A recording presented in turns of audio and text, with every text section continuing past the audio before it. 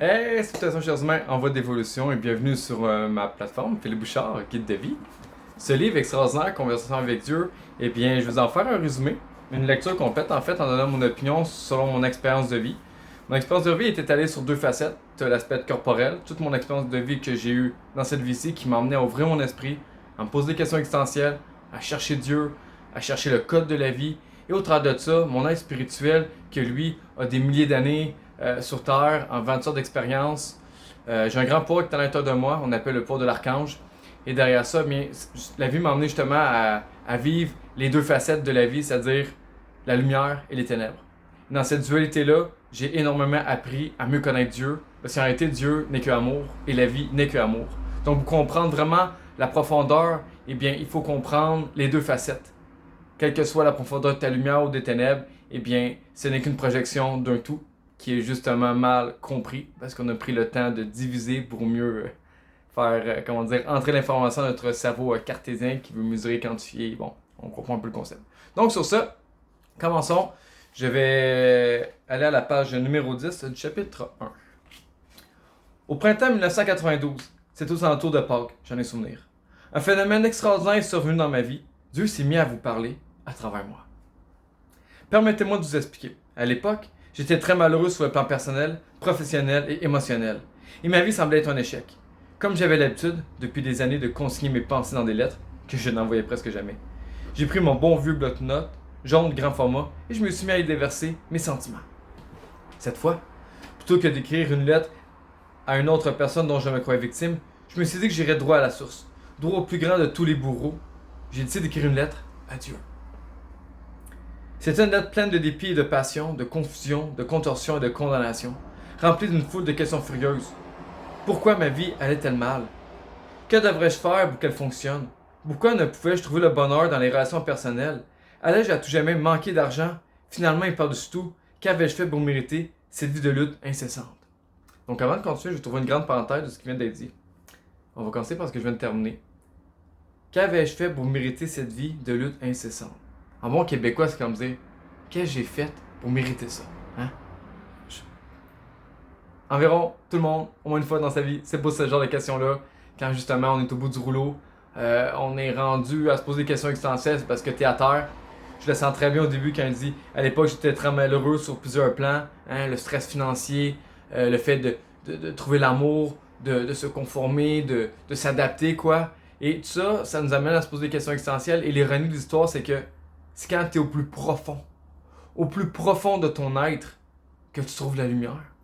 Et il y a un code qui explique cette situation-là, c'est le yin et le yang. Hein, on a tendance à dire, ben, dans la lumière, il y a des ténèbres, et dans les ténèbres, il y a de la lumière. C'est un peu la même chose. Donc, dans le plus profond qui soit, quand tu es à terre, c'est... Et je vais t'expliquer le pourquoi derrière ça. Pourquoi que quand tu es à terre, c'est là que tu es plus réceptif, c'est là que d'un coup, tu peux trouver Dieu, des conceptions de la vie, ou que d'un coup, la lumière apparaît. C'est très simple. Parce que quand tu es à terre, tu as utilisé toutes tes ressources, toutes tes énergies, tu es juste réceptif. C'est comme, mettons que tu es sur le bord de la noyade, puis tu acceptes un peu ton sort, tu te laisses aller. Donc, sans être mort, sans être condamné, tu as juste fait un choix d'arrêter de te battre et de d'un coup être réceptif. C'est drôle, mais c'est là que tu te rends compte qu'en réalité, comme je disais tantôt, les ténèbres, c'est pas tant le mal, c'est une incompréhension de ce qui est le bien, de ce qui est la vie, de ce qui est la lumière, de ce qui est Dieu. Donc, pour terminer, qu'avais-je fait pour mériter ça? Eh bien, c'est très simple. Tu ne le mérites pas, c'est pas vrai. Il y a un fond de vérité, à cause de la causalité de la dette karmique. Et la dette karmique, c'est autant le positif que le négatif. Donc, tes actions ont des répercussions, et au travers de ça, il y a une règle de 3. Mais la vraie question qu'il faut se poser derrière ça, c'est dans son vue d'ensemble, et non le lien bien précis. La vue d'ensemble, en fait, c'est très simple. C'est pas une question de ce que tu mérites. C'est une question de ce qui est nécessaire pour ton évolution. Donc, souvent, on est trop ancré dans notre vie personnelle et on regarde pas l'ensemble. C'est quoi le but dans ma vie? Où est-ce que je m'en vais? Et quand tu comprends le but de ta vie, le but de ton existence, c'est là que tu comprends l'ensemble qui s'y rattache, c'est-à-dire évoluer. Donc, continuons. À ma grande surprise, pendant que je griffonnais la dernière de mes questions amères et insolubles, et que je m'apprêtais à déposer ma plume, ma main restait suspendue au-dessus du papier, comme retenue par une force invisible. Soudain, la plume s'est mise à bouger d'elle-même. Je n'avais aucune idée de ce que j'étais sur le point d'écrire, mais comme une idée semblait vouloir émerger, j'ai décidé de laisser venir et c'était. J'ouvre une parenthèse très importante. Là, ce qui s'apprête à vivre, c'est l'écriture automatique. Okay? Donc, si tu veux faire l'écriture automatique, c'est pas tant compliqué. Il y a 2 règles fondamentales à prendre en considération avant d'entamer le processus. Le premier étant, fais-le vite. Deuxième étape, tu vas t'amener à être connecté. Une fois que tu ressens une connexion, que l'information ne vient pas de toi, tu vas le ressentir, tu dis, oh, attends une minute. Okay. D'où vient cette énergie, d'où vient cette communication, cette information, puis là, tu vas te mettre à écrire. Mais avant de commencer à écrire, tu ne vas pas te connecter à n'importe quoi. Donc, il est très important de poser la question. Salut, à qui je m'adresse? Tu peux le faire dans ta tête ou parler ou même en l'écrivant. À qui je m'adresse? Est-ce que tes intentions sont bonnes? Il doit répondre honnêtement, il est obligé. Non, ok, parfait. Tu as un doute? Quoi? Ok. Continue. Dieu répond. Veux-tu vraiment une réponse à toutes ces questions? Ou est-ce seulement en train de te défouler? Donc, je reviens au point que j'ai dit tantôt, justement. Je trouve que c'est une très bonne comparaison. Parce que quand tu es à terre, beaucoup de gens, quand ils sont à terre, sont écœurés de la vie. Ils veulent se vomir leur reine, puis revenir comme avant, parce qu'ils sont pas prêts à changer, mais ils sont pas prêts à rien faire. Donc, puis après, ils espèrent que ça va mieux aller. Donc, c'est pour ça, est-ce que tu veux juste défouler ou tu veux vraiment la réponse à la question? Parce qu'à un moment donné, quand tu es au bout du rouleau, vraiment, tu sais, en bon québécois, il a été écœuré. Mais si tu veux changer, c'est être écœuré d'être écœuré. Ah, là, ça marche. Fait que c'est un peu là la référence. Donc, j'ai cligné des yeux, puis mon esprit a formé une réponse. Je l'ai écrite à la suite. Les 2 à la fois. Je suis en train de me défouler, c'est certain. Mais s'il existe des réponses à ces questions, j'aimerais diablement les répondre. Les entendre. Donc, Dieu répond. Il y a une foule de choses que tu aimerais diablement, mais ne serait-ce pas agréable d'aimer divinement? C'est drôle. Mais il y a un humour derrière ça, puis Dieu a une drôle d'humour, ok? Et la meilleure façon de comprendre l'humour de Dieu, c'est comprendre l'humour humain. Parce que c'est drôle à dire, mais il y a une perception derrière ça, et une projection, pardon, derrière ça. Parce que, comment dire, il dit que l'humain, c'est une de ses plus belles créations, parce que Dieu aussi, il y a un but derrière toute la création qui s'est passée. Mais derrière ça, ce qui est important de comprendre face à ce qu'il dit, c'est l'humour. L'humain, un de ses plus grands potentiels d'intelligence, est démontré que c'est par l'humour. Fait qu'un être heureux, dans un sens d'humour, est bien naturel, là, pas lors de faire le con pour rire de lui, non, mais lors d'être humoriste de nature, c'est quelqu'un de très intelligent. C'est fou pareil. Et la vie est basée sur un jeu. C'est ce qu'on est trop sérieux, fait qu'on oublie le concept du jeu. Fait que l'humour, c'est intrinsèquement lié. Et j'ai écrit, qu'est-ce que ça peut bien vouloir dire? Sans m'en rendre compte, je venais d'amorcer une conversation et je n'écrivais pas vraiment, je prenais une dictée. Cette dictée s'est poursuivie pendant 3 ans, et à l'époque, je n'avais aucune idée de son aboutissement. Les réponses que je couchais sur le papier ne me venaient jamais avant la fin des questions et avant que j'aie écarté mes propres pensées.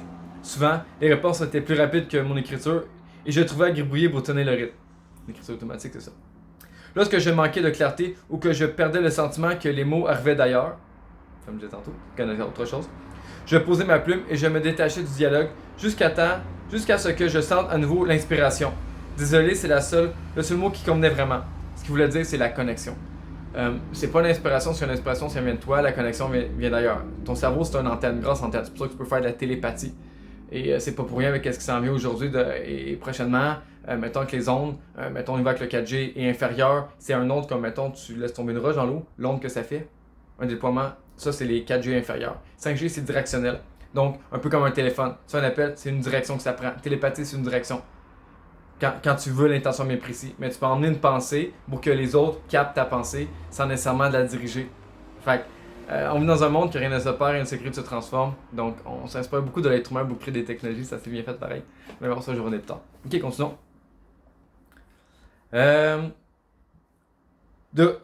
Jusqu'à ce que je sente à nouveau l'inspiration de retourner à mon bloc-notes jaune grand format et de reprendre la transcription.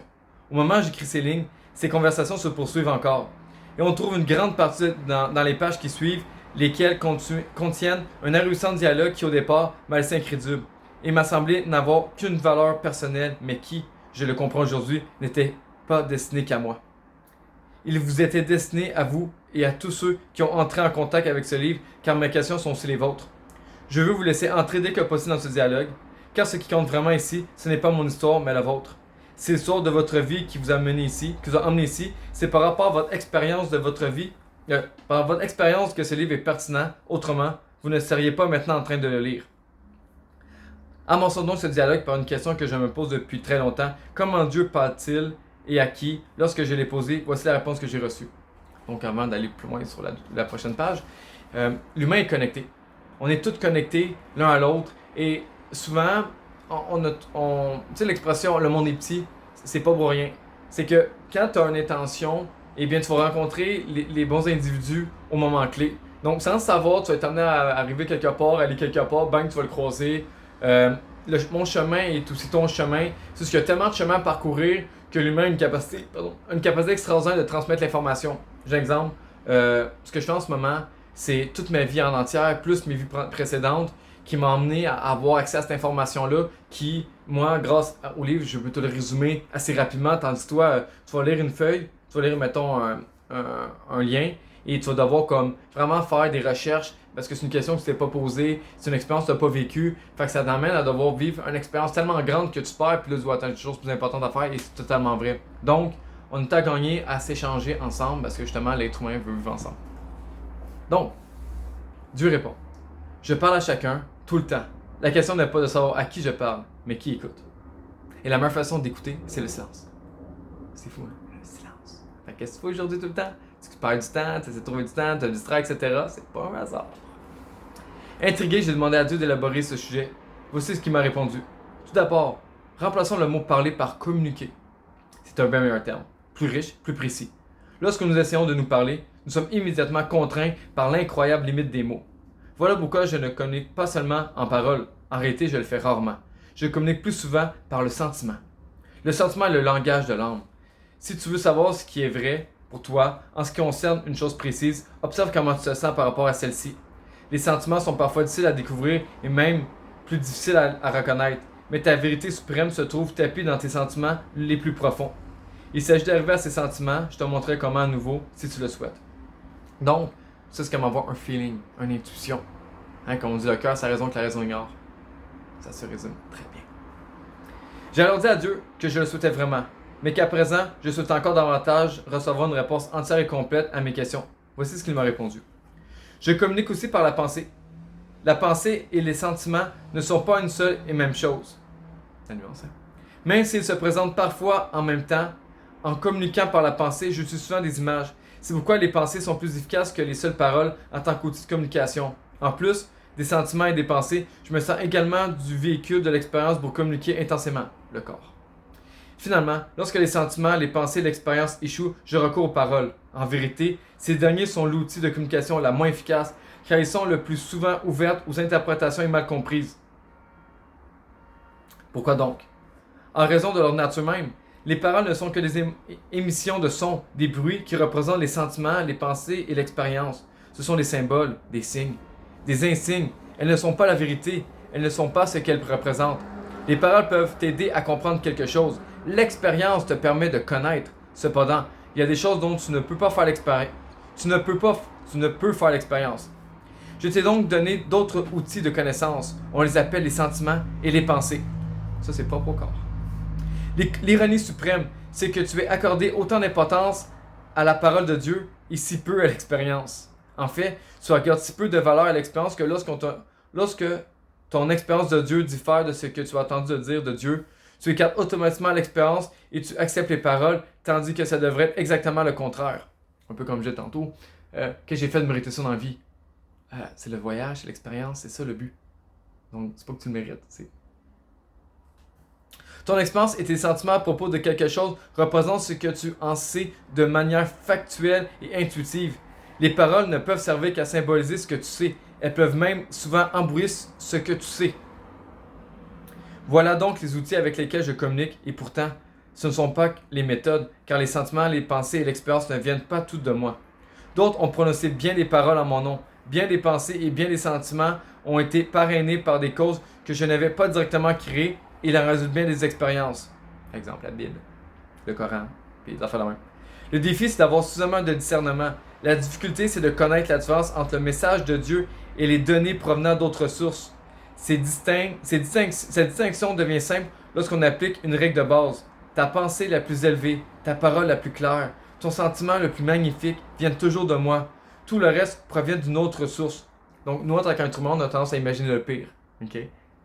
Pour l'expliquer, c'est très simple. C'est parce que tu sers de ton ego, de ton corps. Lui, il veut prévoir, ok? C'est là un peu l'anxiété, c'est l'art de prévoir le passé et c'est de reproduire, prévoir l'avenir et reproduire le passé.